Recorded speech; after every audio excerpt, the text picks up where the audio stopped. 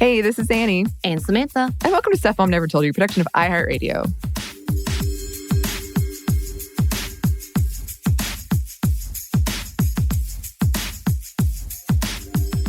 Today, we are thrilled to once again be joined by Cristen and Caroline of Unladylike and of this show. OG. Welcome. We're so glad to have you, Cristen and Caroline. Hello. Thank you for having us. Hi there, y'all. We're so happy to be here. Oh, we're so happy to have you. And when we were planning out this episode, Samantha reminded us that it was February 2020, was it? Yes. When we were last recording together. And little did we know what was to come. What was to come. We actually went out together, had some drinks, had some pictures taken. Had some crab legs. Yes. That was a joy. That was joy. So much joy. That's incredible.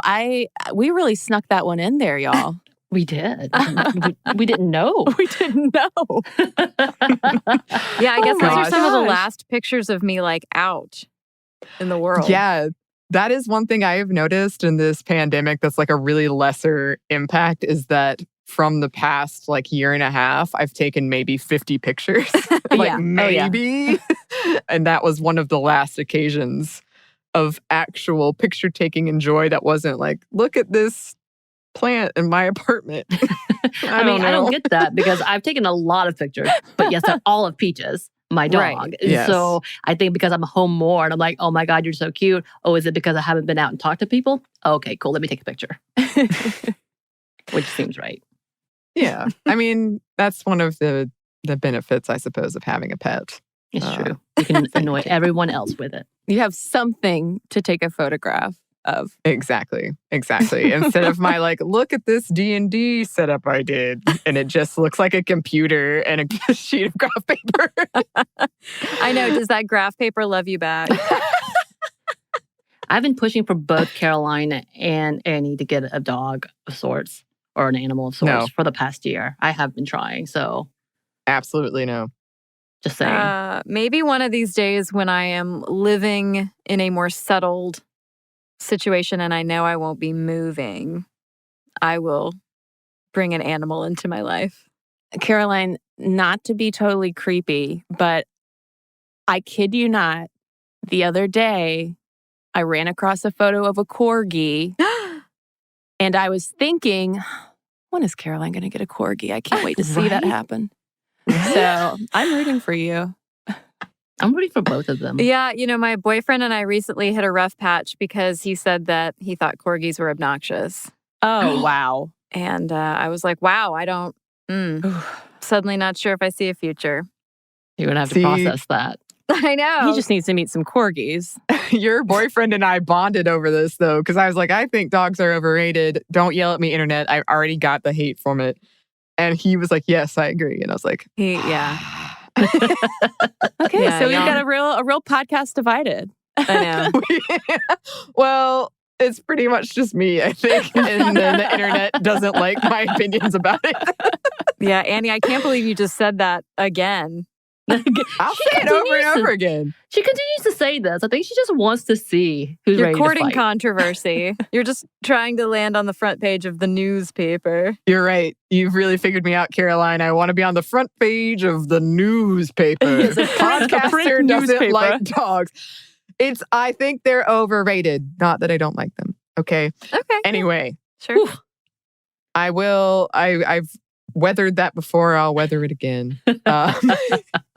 But that's not what we're talking about today. What topic did you bring for us to discuss today? We brought women and ADHD. Oh, it sounds like you were answering a trivia question. That was wonderful. I'll take ADHD for 400, Alex. Oh, rip. R.I.P. R.I.P. I brought sad jokes. That's what Oh, darn. That's my line. Yeah. And this is a topic that I know when I've thought about things that I didn't understand or appreciate in terms of becoming more feminist and understanding things, that is one where previous topics on this show that you two did were about autism and how women are underdiagnosed or often misunderstood in terms of that whole thing. And that was just like such an eye-opener for me. And I personally have friends who are women and who were diagnosed with ADHD as adults. And they've told me how much of a relief it was and how much it's changed their life. And they didn't know, they just assumed that that wasn't something that women, adults dealt with, and especially women dealt with. Right. Yeah. I mean, Yes.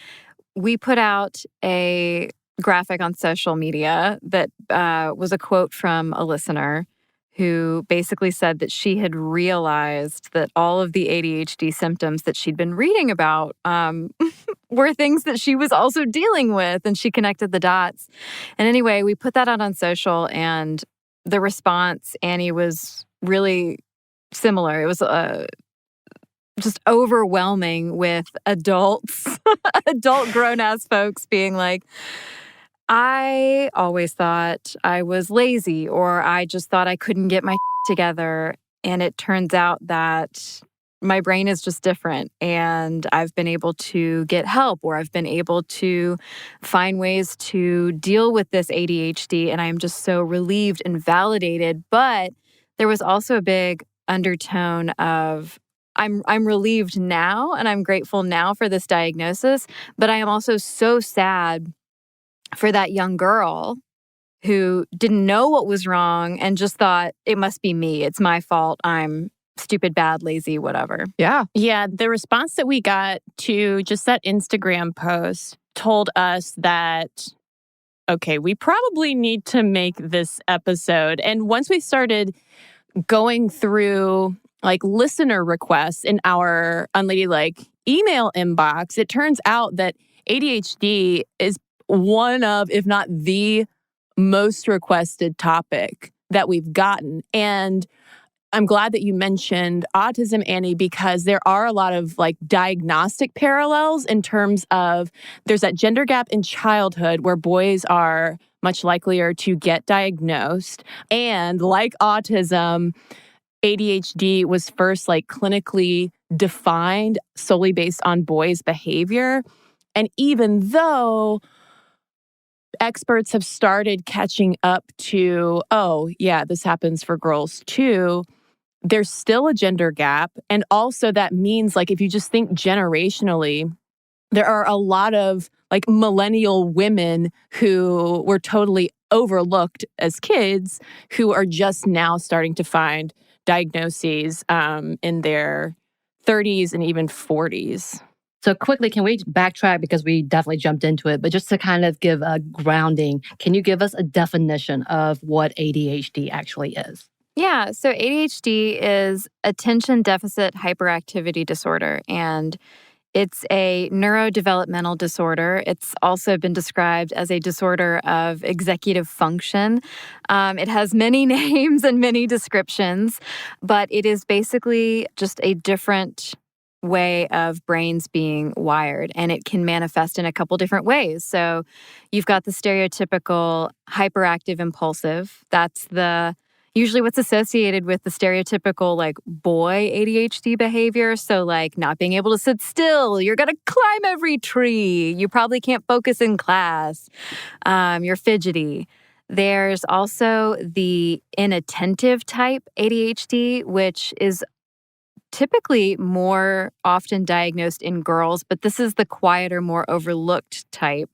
It could look like daydreaminess, spacing out, and because of its more like quiet internal nature, it is easy to overlook, and it is easy to just dismiss girls with it as being like, oh, you're just some like space cadet ditz. And then the third type is a combo. It's a swirl, and it's just a mix of that inattentive and hyperactive impulsive. And one way that a listener described it to us is that you have the part of your brain that knows kind of what you need to get done, and then the part of your brain that can like actually accomplish things. And there's basically with ADHD, there's a communication breakdown in terms of sort of that emotional regulation and essentially making that conversion from what you need to do to actually doing and staying focused and motivated. But even as I'm describing this, I don't want to put it too much in terms of just productivity and achievement, because that's another wrinkle in the broader like ADHD conversation and kind of like what really is the problem. Is it the problem that like we don't accept neurodiversity and make room for neurodiversity and different kinds of brains and how they work in our society? Or is this a problem of like, we expect people to be too productive and stay on task all the time? Yeah, that's something that has been on my mind a lot, especially during this quarantine, is this whole idea of productivity, because I was sharing this story recently where I was like laid out from my second dose of the vaccine, and yet I was working and proud of myself for it. And then I had to stop and be like, wait, that's real unhealthy. Why are you just celebrating that you're miserable and still working? That's not good. Oof, I feel you though. I can relate to that. When I had COVID, and the thing that made me the most annoyed was not the fact that I had COVID, but that I couldn't get my work done for a couple weeks. And that was my moment of like, oh my God, okay, come on. Priorities are maybe misaligned here.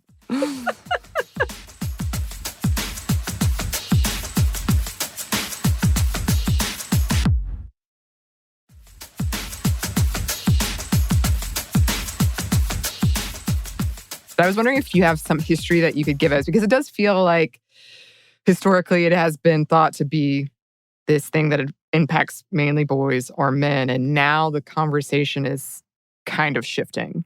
Well, I'm glad you asked, Anney, because I think one of the biggest myths out there about ADHD is that it's some kind of newfangled phenomenon, that it's just a product of too much screen time and social media. Don't we all have ADHD these days? But it is actually not new at all. Yeah. These symptoms have been described in clinical literature for roughly 200 years now. Yeah, and it obviously, not surprisingly, has not always been called ADHD. It's had a bunch of different names as researchers have studied these issues of attention and focus and motivation. But 1787 was the first time that we get a description of a disorder that appears similar to ADHD. And this was a Scottish doctor named Sir Alexander Crichton.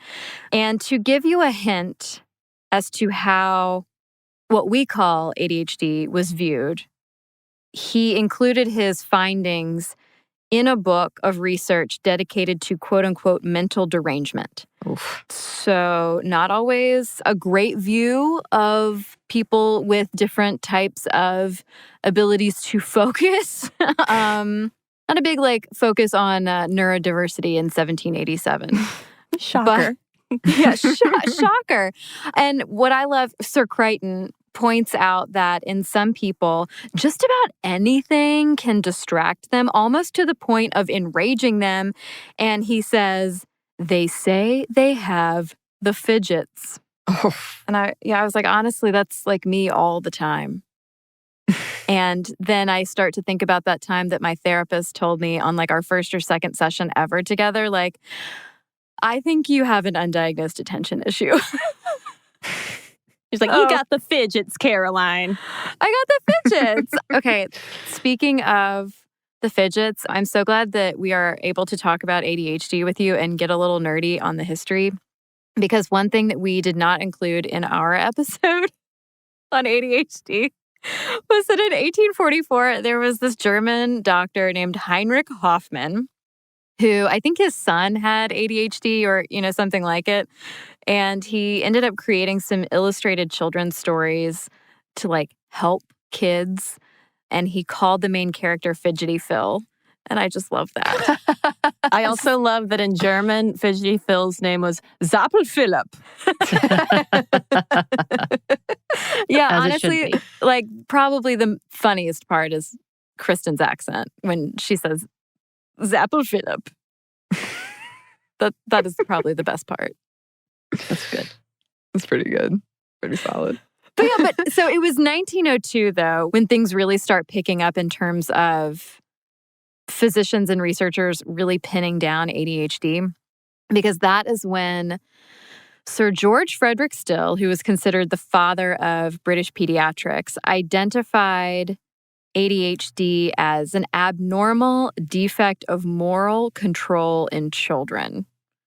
So basically, if you can't, as a kid, if you could not conform to this idea of the good of all, if you couldn't assimilate, if you couldn't fit in, you were considered a moral failure. And I think that really echoes into how people view folks with ADHD, and it echoes in a lot of the shame that people with ADHD have reported feeling, because there was always this underlying moral component of like, you aren't being productive enough. You aren't sitting still and listening and doing your work and being mature.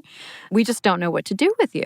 Yeah. And if we jump forward into more of the modern understanding of ADHD, by the 1980s, researchers had pinned down like the three main symptoms that we're talking about when we talk about ADHD, which is that inattentiveness, impulsivity, and hyperactivity, which, like we mentioned earlier, can sort of mix up into different types of cocktails that either lean more impulsive or inattentive, or the swirl, like Caroline mentioned, the combination of both.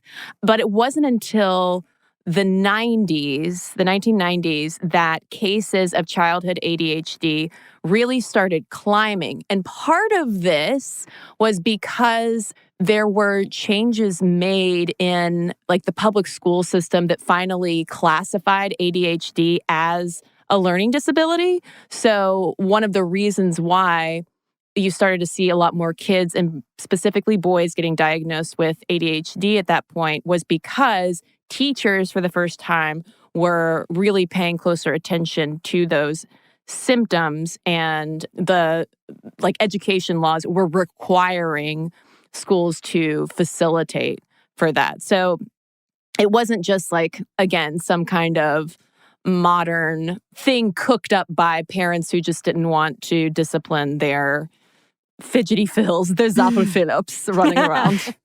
Right.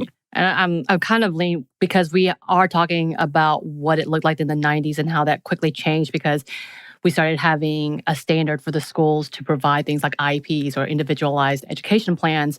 And for me, who has worked in the juvenile justice system, I often never saw ADHD as part of the diagnosis, but I often saw behavioral issues instead, which was a misdiagnosis more oftentimes than not.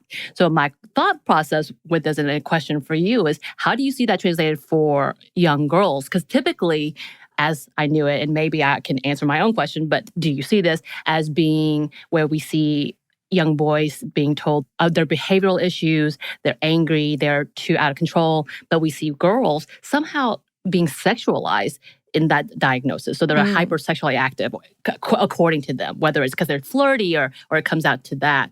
Did you research that was a proponent to when misdiagnosis for young girls when it was ADHD? Does that make sense? Yeah, so I myself didn't come across anything specifically regarding hypersexualization or interpreting behavior as hypersexualized, but we did find a couple of things that relate to what you're talking about. So one, okay, we're being very binary and we're being very stereotypical here. I just want to preface what I'm about to say with that. So typically, boys' ADHD gets noticed sooner, and they get it addressed in the school sooner and more effectively. And that's kind of because, as Cristen has said, the squeaky wheel gets the Ritalin, so to speak, because they tend to exhibit the more stereotypical behaviors, right, of the hyperactivity. the inability to sit still, the Zapple Phillips of the world. Girls who perhaps are exhibiting hyperactive behaviors will exhibit some of the same behaviors as the boys, the fidgeting, all of that. But it also might manifest as being super talkative, being hyper emotional, things that are written off as, ugh, girls. They're so hormonal. Ugh. Just girls being girls in a very sexist binary kind of way. And girls are already more likely to be held back in school than boys are.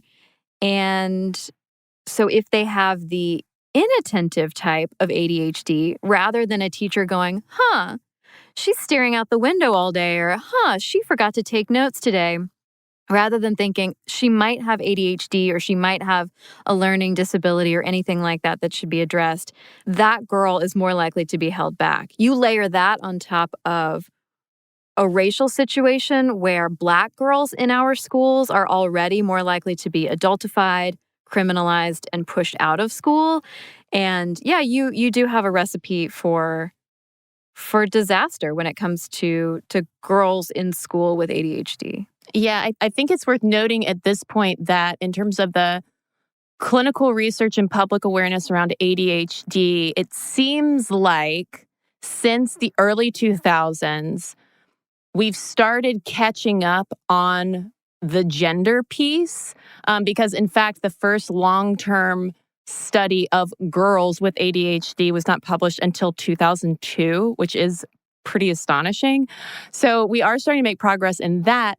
However, there are so many other intersectional layers to this issue that we still have a long way to go on that, because one piece that we read underscored that regardless of gender, white English-speaking students in U.S. classrooms are the ones who are far and away likelier to not only be diagnosed with ADHD, but also treated with ADHD. Whereas, and this gets back to what you've observed, Samantha, I think that students of color, again, regardless of gender, their quote-unquote problematic behavior in the classroom is likelier to be written off as behavioral problems. And that also goes back to this old school moralizing of, this isn't an issue with their brain. It's just, an absence of self-discipline, and they just don't want to behave. Right. And I have so many follow-up questions to that. But that has been something on my mind, is sort of morality we've put on productivity, especially in this country.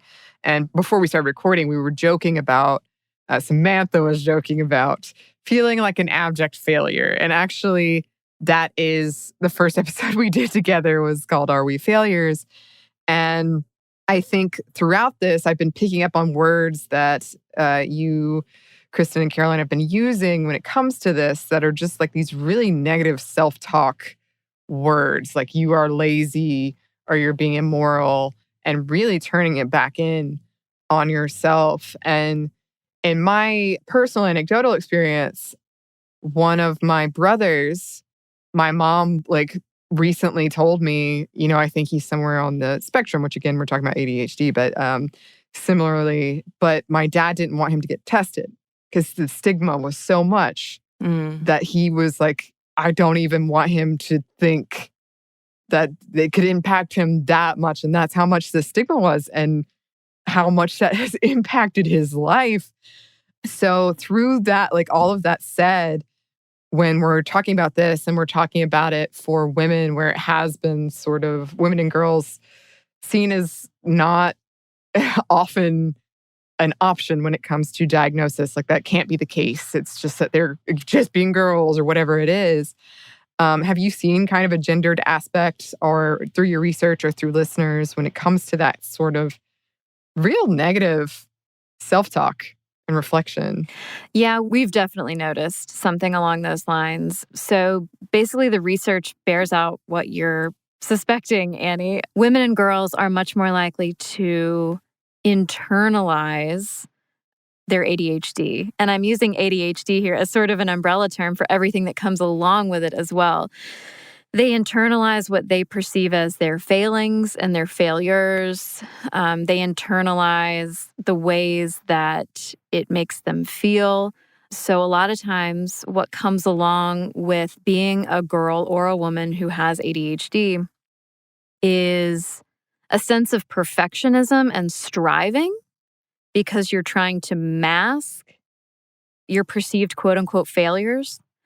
You go into overdrive, hyperdrive, you're trying to work all the time, you're trying to bake all the cupcakes and, whatever the case is. Girls and women with ADHD are also more likely to struggle with mood disorders, substance abuse, and there's that gray area in diagnosis and in symptoms where ADHD can be conflated with anxiety and depression and other mood disorders. And it's not that the person in question doesn't have anxiety or depression, but it's that based on their life experiences with ADHD, they might then experience anxiety and depression. They might feel isolated. They might, feel that like self-loathing kind of feeling. But when you go to the doctor, the psychologist, the therapist, the psychiatrist, like you would hope you would get the correct diagnosis to get the best, most effective help. But a lot of times what we see is the anxiety gets treated or the depression gets called out, but the ADHD is just still sort of back here lingering in the background. And that's kind of related to like why I said earlier, my therapist was like, I think you have an undiagnosed attention issue because I started taking Wellbutrin years ago for depression because it's an antidepressant. It also so happens that Wellbutrin works on the same neurotransmitters that are at play in ADHD.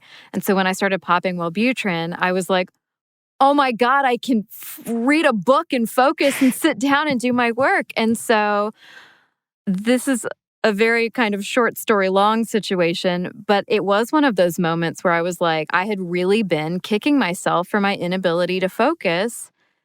And then once I felt like I could focus, I felt like I also had more value. And it's just, you can see how that kind of stuff can spiral out. All right. And to add to all of that, I would assume, because as we've had many conversations, in general, women are not believed that there is anything to be diagnosed and or there is something to be treated. And we have to have that conversation, whether it is, again, there may be like multiple diagnoses that we're not looking at and we're not treating, or we're looking at one aspect, which is the bigger picture, and we're only treating a small part of the symptom and not the whole picture, which is that whole general question of like, who is actually being treated appropriately, and not only appropriately being heard. Because I know with my own mental health stuff, when I was going to a psychiatrist, and we know in Atlanta and Georgia, the practice is that a psychiatrist can prescribe medication, a doctor can prescribe medication, but a therapist and a psychologist cannot. It has to be a separate practice, whole different story.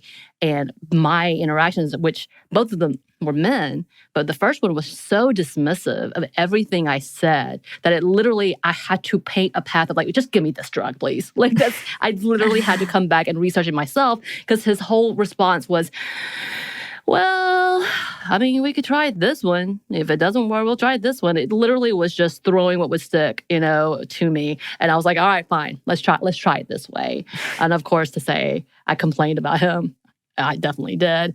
But it's kind of that experience in itself, just being treated as if everything I said is just like, but are you? But okay, fine, I'll give it to you because you're asking for it and you're going to bother me, which I feel like maybe a lot of women's experiences in general. Yeah, this is reminding me of a letter that we got from a listener who is, you would probably describe her as high functioning. She, because of that masking and striving and overachieving, she always did really well in school. But the older that she got, and you see this often with undiagnosed ADHD, the older you get, the harder all of that masking becomes, because typically like your just day-to-day life responsibilities increase. So things like messiness, organization, being on time, like just the basic functions, not to mention like trying to complete bigger projects, just become these insurmountable hurdles. And she for years, suspected that she had undiagnosed ADHD, but she was scared to get tested because she was worried that a doctor was going to tell her she was just trying to find an excuse for not working hard enough. And part of that, I think, is the internalized like productivity and hustle culture, but also it is a byproduct of the gender stereotyping of ADHD as like the disruptive boy kind of thing. And it was so poignant to read that, of that fear of, oh my God, well, maybe almost gaslighting herself. You know what I mean? Of like, maybe I'm just making this up. Maybe I'm just making this up because what are we, the way that a lot of us are raised too is like, just apply yourself, practice makes perfect, and you try as hard as you can. And that's the way that you can succeed in heavy air quotes, but that is not really the case a lot of times. We also heard from a woman who was diagnosed after her son got diagnosed. And that's a super common pattern for women as well. Moms, a lot of times, will be diagnosed after their kids are because they see the diagnostic criteria and they're like, oh, I think that's me. Also, ADHD is highly heritable. But she also has bipolar disorder. And she said it took 6 different doctors for her to finally find someone who could distinguish the bipolar symptoms from the ADHD. So a lot of times, like those pre-existing mood disorders, first of all, those are gendered, right? As more like female. We're like, oh yeah, anxious women, sure, have all the medication. And those symptoms can, it's almost like they camouflage, at least to clinicians, the ADHD. So it was a major struggle for her, but finally, she got the diagnosis and it was a game changer. Yeah, that's when I've talked to my friends about this. They've said like the power of just naming it, like that relief of just like bringing you to tears. Yes. Of changing. Oh, wow. I wasn't just like, yeah, that gaslighting of yourself. This was a thing. Finally.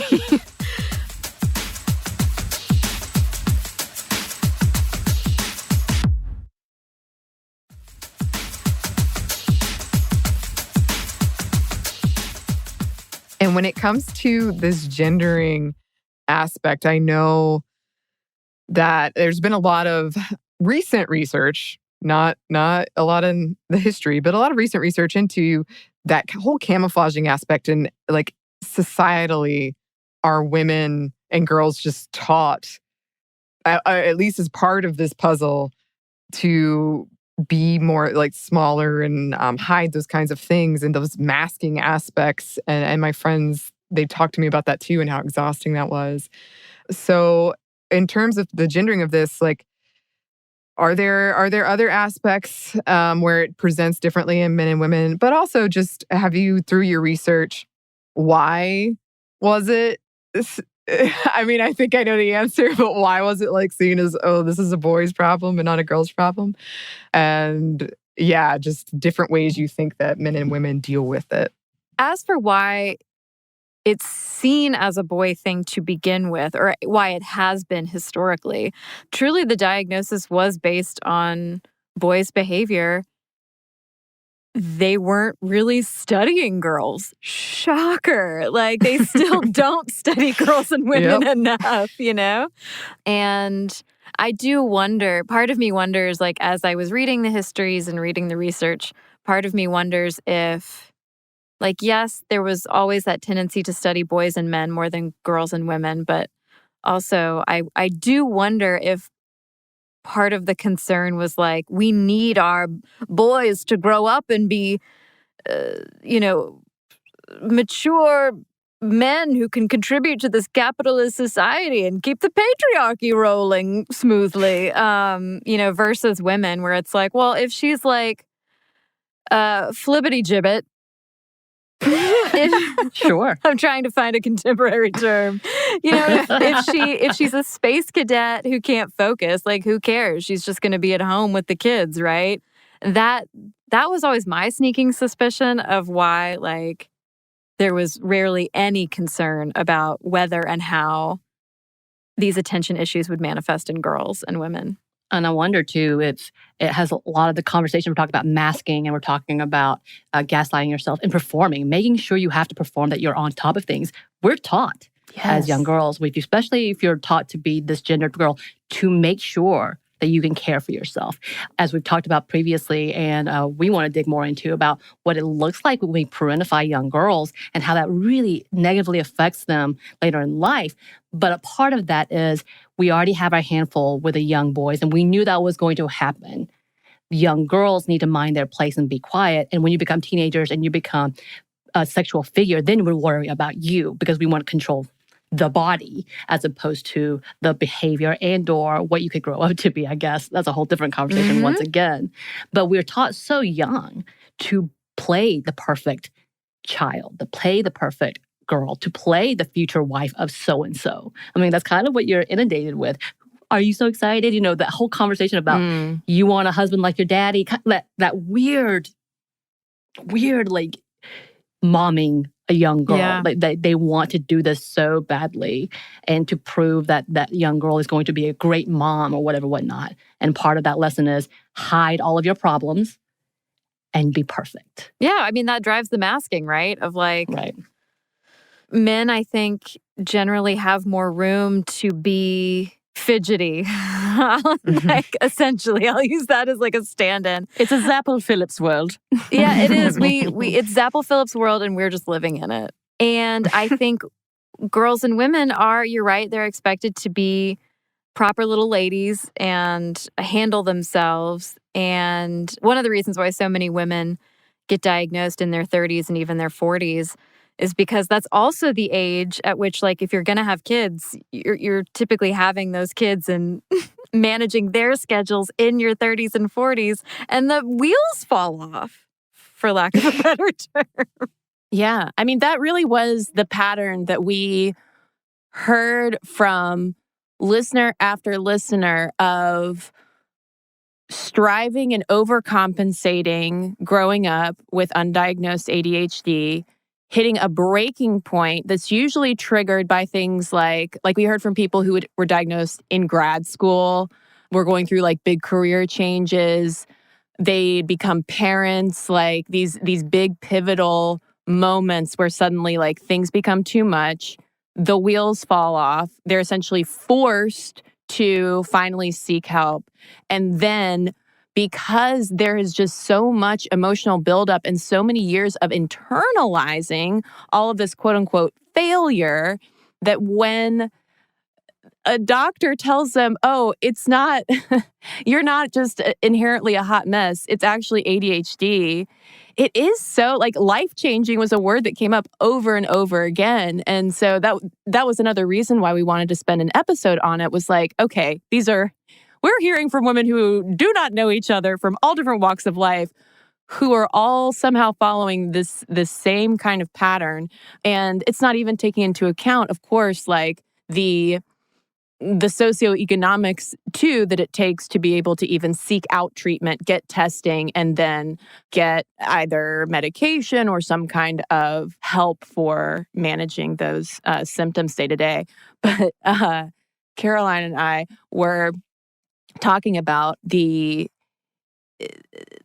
ways that it seems like, you know, adult men, yes, I'm sure they also struggle with ADHD, but that pattern of like the wheels falling off and hitting your breaking point just seems so particularly gendered to women. And I just asked Caroline, I was like, I think maybe the cure for adult ADHD is not your Adderall or Vyvanse, of course, and also side note, stimulants are not a cure, but maybe it's just having a housewife, you know? I mean, because also not to turn all men with ADHD into some like cishet like monolith, but I mean, like, what are housewives there for? They keep things clean, they keep things tidy, they keep the household moving on time. They are doing like all of the kind of picking up all the slack. Yeah, and we're talking a lot recently about how that type of position, a person who is a wife as well as a mother, as well as a professional, being in quarantine and how they've tripled their workload. Could you imagine having an undiagnosed ADHD on top of that, not realizing how awful this is and having to be in such a containment and where you were expected to be the perfect wife and to handle everything, but also not to have that breakdown and not really having the access to get diagnosed, and everything seems like it's just falling apart. Like my mind's just reeling at that whole concept. Because if someone could take a part of my load off, that's phenomenal. I will say, if it wasn't for Anney being on the show with me, I would probably have quit a long time ago. She's my wife, essentially, when it comes to taking this, a big chunk of it, which I'm sorry, that probably is, again, not so good for her. Great for me, but not so great for her. But that conversation is true. Understand. There's just the whole bigger conversation of what it looks like when you have assistance. And it may not be the same as treatment, but there is that alleviation of taking part of that symptom of some of those responsibilities off your plate. And so you kind of it's manageable now. Maybe I'm okay. Mm-hmm. Mm-hmm. And I do think that we should mention the silver linings that we also heard from folks, because a lot of people we heard from who'd been diagnosed also said that getting that diagnosis was a breakthrough for allowing them to also appreciate their own neurodiversity and how they were wired. So one listener mentioned that with her ADHD, she's very chatty. And she was like, this was a problem for me as a kid, but now I actually see it as a way that people are drawn to me because of that. I'll talk to anybody. We heard from other folks who said that they now recognize how their ADHD and sort of the hyper focus and it's called time blindness that can happen where they get so sucked into something can actually be a really powerful tool for their creativity. They've just had now to learn how to kind of build structures around that so that they can actually stay on track with things. So some of the controversy and debates around ADHD and, is it being overdiagnosed, I think speaks to a bigger conversations that need to be had around neurodiversity and what is quote unquote normal functioning. Right. And then that's another question I had when it comes to the level of functioning, a spectrum, because I think it's appropriate to say that as we look more and more into diagnoses like these, it becomes understandable that there's different levels. And when we treat it as if it's just a checklist, then we're going to miss a lot and we're going to misdiagnose a lot. For women, has it come to the point that they are being appropriately being diagnosed and appropriately on a spectrum of how to do the treatment, actually getting a treatment to their needs. Again, so maybe some people don't need those medications. Maybe some people need to have a therapy level of treatment. Is that happening, or is it being just dismissed, kind of like in the 90s where they were just kind of throwing out those pills and be like, okay, we're going to give you this diagnosis. Hopefully this will help you. Has that changed? And for women, has it been appropriate to how they are being diagnosed? That's a really good question. I mean, I would say the answer is probably no, because even though the ADHD diagnosis gender gap is much wider between boys and girls than it is between adult men and women. So in other words, women start kind of catching up to men in a way. But honestly, I don't know that folks have spent really even enough time focusing on that research, because also up until, Caroline, when was it? Was it in the 2010s maybe, or in the late 2000s, that even the concept of adult ADHD is controversial in some clinical circles. So even the idea of getting diagnosed as an adult is a relatively new phenomenon. So Yeah, I think it was classified as a childhood disorder until relatively recently, which is another part of the puzzle as to why it can be so hard to A, get a diagnosis, but B, even before that, even really consider it for yourself. Because it's gendered, and it is also linked with kids. And the fact that it's been so moralized as like, this is something that kids have, like bad kids, and that you're supposed to grow out of it to be like a functioning member of society. I think it makes people feel like, well, this is my fault. I also can't speak to, whether girls and women are more likely than they used to be to get appropriate treatment. But Cristen did find some statistics around more women getting stimulant prescriptions, that's risen. Yeah, for better or for worse, across the board for treating ADHD medically, stimulants are the go-to. So your Ritalin, Adderall, Vyvanse, etc. And we could have a whole other conversation too about like the history of stimulants and the fact that Adderall was originally developed as a weight loss drug. I mean, there's like a lot of problematic history there. And stimulants also have high rates of abuse and misuse, I should say.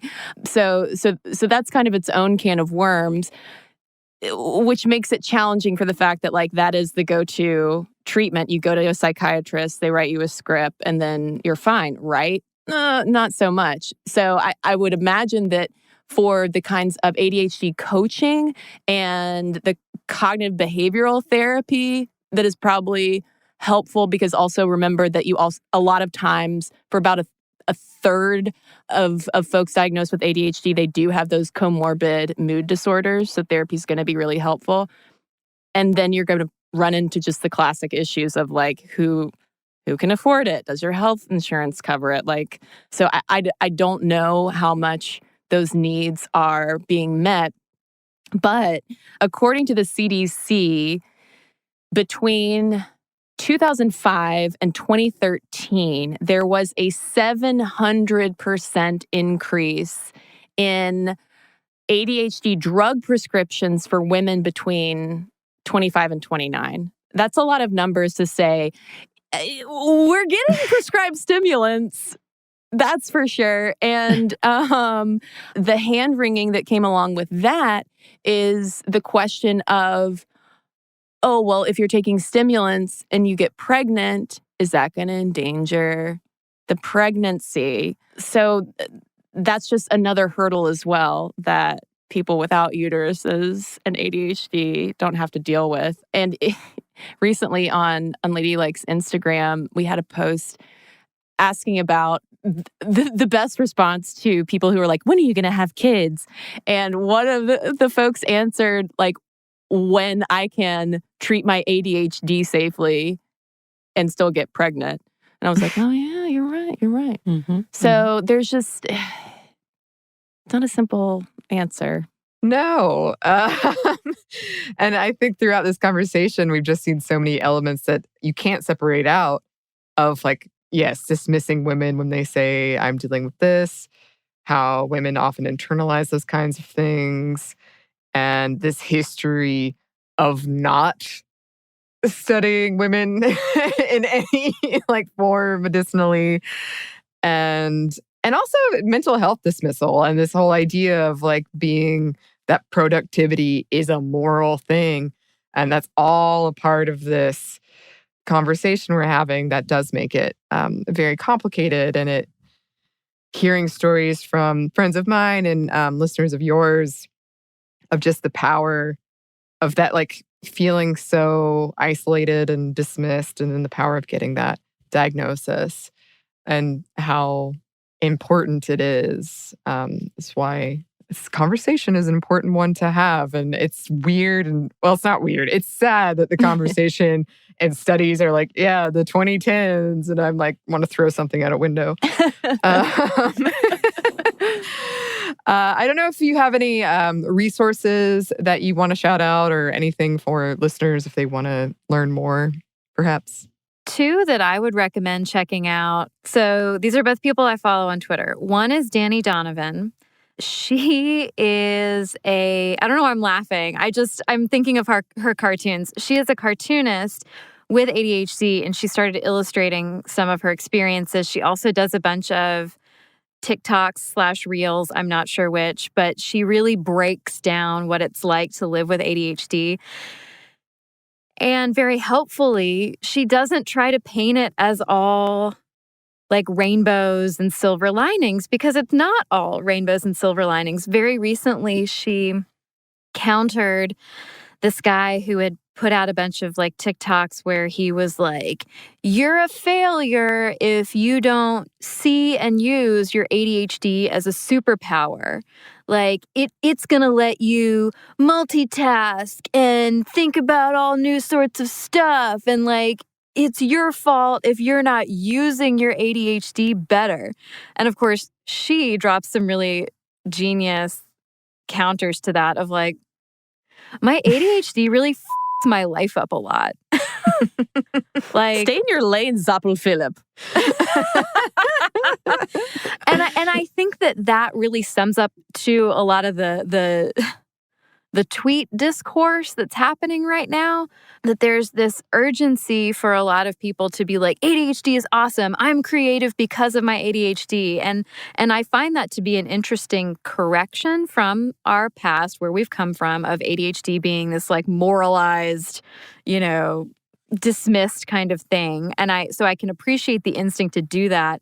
But in doing so, folks like Danny Donovan are pointing out like, yeah, okay, like it can be great to appreciate neurodiversity, obviously, but ADHD itself is not a solution to your life's problems. In fact, it creates many problems. The other resource and voice I would shout out is Renee Brooks.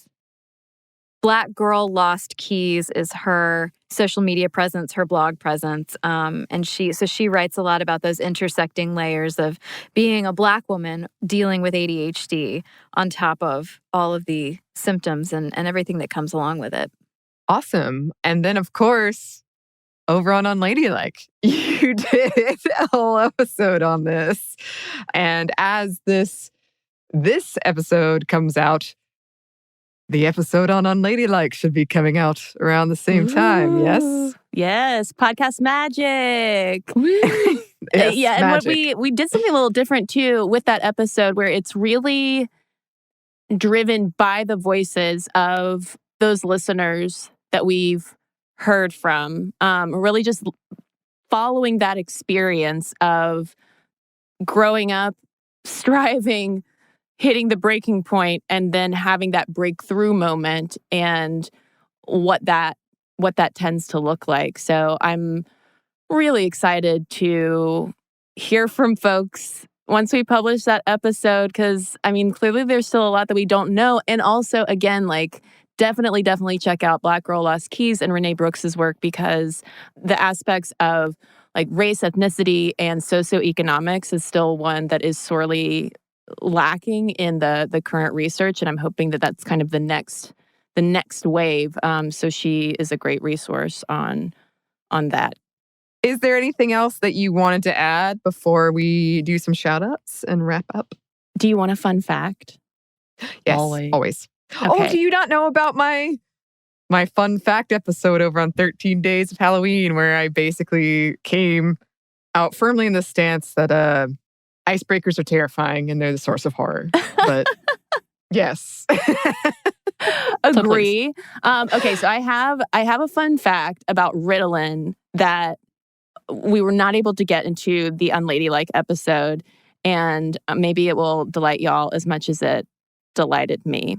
So, Samantha and Anney, did you know that in 1944, a chemist named Leandro Panizone first synthesized the stimulant that would be branded Ritalin, and that the name Ritalin was an homage to his wife, Rita. Oh. And apparently Rita and Leandro love taking Ritalin and playing tennis together. And they were like, our There game it is is. amazing. There it is. So Taking yeah. that vitamin R. Yeah. Oh, Rita. Rita-lyn. Oh, Rita. Rita-lyn. That was a real roller coaster. I thought it was going to be like snake related. Yeah, I gave probably more intense wind up than it needed. It's like I knew that you'd told me that before, but I too was like, ooh, what are we about to learn? I just love talking about old Rita. As we should. As we all should. Just slaying the tennis courts. I love it. Winding up on those tennis courts. Yes, indeed. Winding up. Yes. Well, thank you both so much for being here. Always appreciate fun facts. Where can the good listeners find you and check out your upcoming episode on women and ADHD? We are on all the socials at Unladylike Media. So please hit us up, tag us, ask us your questions, all of that good stuff. And you can email us at hello@unladylike.co. Oh, and the episode, you can find it anywhere that you can find your podcasts. You can also go over to our website, which is unladylike.co/episodes. I like that you took on a different accent and it was changing throughout. Per sentence, it changed. The animation in itself is delight. We really trotted out a lot of accents this episode. I'm proud of us, Caroline. I feel like we're failing the Sminty legacy because we don't do all the accents. So, Anney, you and I are going to have to... I don't know if that's true. Oh, we're not? Are you sure? My accent, I have 2 accents. Cue supercut. There's the accent. Yes. Accent discussion tabled for now. Thank you both for being here. Come back anytime. Yes, please. Yes. Listeners, if you would like to contact us, you can email us at stuffmediamomstuff@iheartmedia.com. You can find us on Instagram at Stuff Mom Never Told You or on Twitter at MomStuffPodcast. Thanks as always to our super producer, Christina. Thank you, Christina. And thanks to you for listening. Stuff Mom Never Told You is a production of iHeartRadio. For more podcasts from iHeartRadio, visit the iHeartRadio app, Apple Podcasts, or wherever you listen to your favorite shows.